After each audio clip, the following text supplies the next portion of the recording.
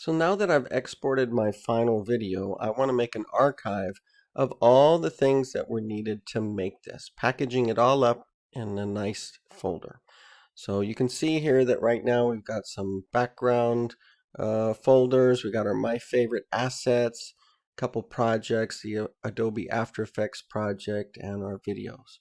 So if I go to my Premiere project, I'm going to use File and Project Manager to create this backup.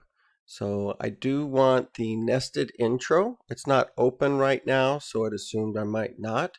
And I've got a credits background, but I don't really need the double speed draft sequence that's in there.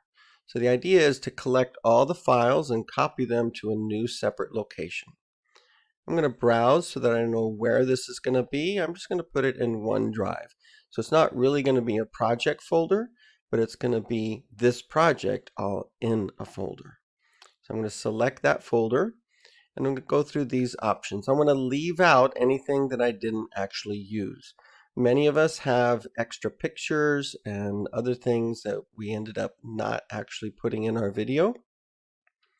We don't want any audio conform files. That means if you put an MP3 into your video, then there's some extra things there. We don't need the preview files. Those are in the scratch folder and we're just going to leave those out. And we can rename the media files, the actual images. In case you rename them over here, it'll just give those files those names. And that's it. So let's click OK. It does say that it needs to be saved, so do that.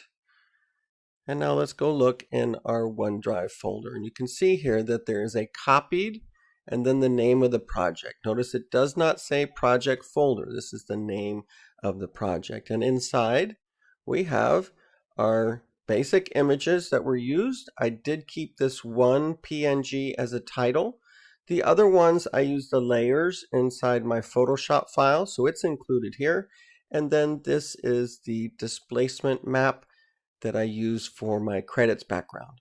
So this is all the things that I want you to turn in. But I don't want you to give me the individual files.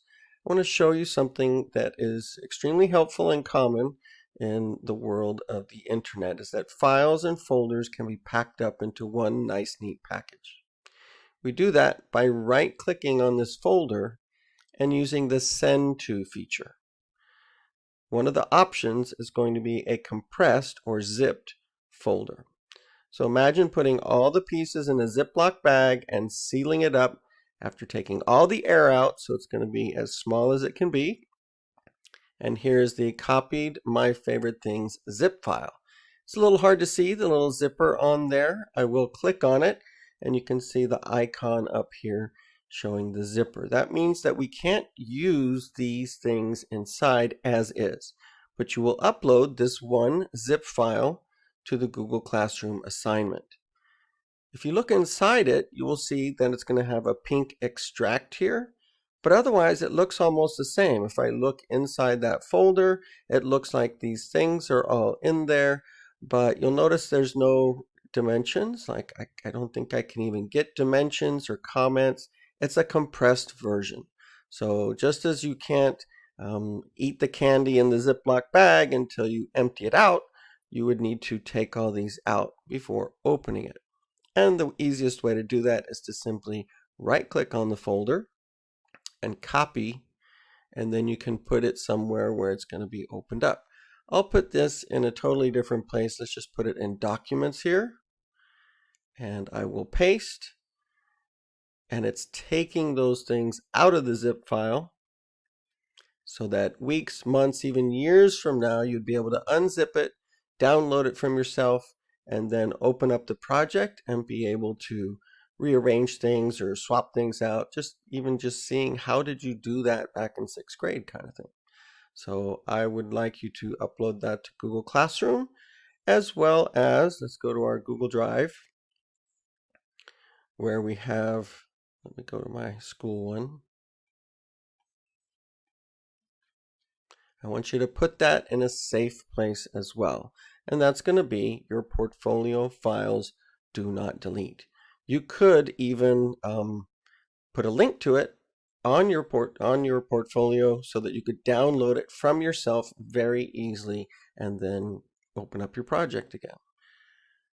File upload, go to OneDrive, and we're looking for that zip file that starts with the word copied. That shows it's been cleaned up, so it's just the essentials. And it is a zipped up file. It's going to be about as big as the video itself. So 127 megabytes, and there it is. That can be downloaded at any time.